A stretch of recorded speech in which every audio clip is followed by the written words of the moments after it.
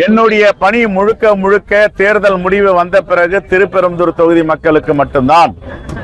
அதுல எந்தவித மாற்று கருத்தும் கிடையாது.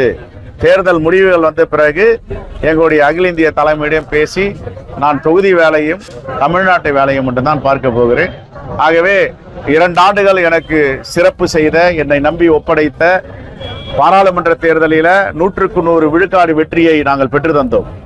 இங்கே 9 தொகுதி, பாண்டிச்சேரியில் 10 100க்கு 100 தொகுதி வெற்றி வாய்ப்பை தந்தோம். இப்பொழுதும் இந்த தேர்தலில் 100க்கு 100 வெற்றியை தரப்போகிறோம். மனநிறைவோடு ஒரு மனிதனும் ஒரு பதவியிலிருந்து விலகும் போது மனநிறைவோடு விலக வேண்டும்.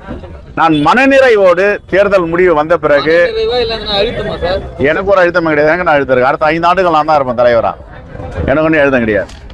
அதனால நான் எந்த பதவி கேட்டாலும் எங்க தலைவர் ராகுல் காந்தி கொடுப்பார். என்னுடைய பணிகள் தான். நாங்க எப்படி இந்த 5 ஆண்டுகள் பணிகள் சொல்றேன், இந்த கட்சி பணி, இந்த 2 ஆண்டுகள் பணியை பார்த்தீங்கன்னா நான் என்ன செஞ்சிருக்கேன்னு எங்கள் தலைவர்களுக்கு தெரியும். ஆகையால மனநிறைவோடு எதையும் செய்வோம். ஆகையால முழுக்க இனிமே திருப்பெரும்புதூர் தொகுதி மக்களுக்காக 24 மணி நேரமும் செலவிட தயாராகிவிட்டோம். மாநில தலைவராக இருந்த 2 ஆண்டுகளில் திட்டங்களை தீட்ட முடிந்தது.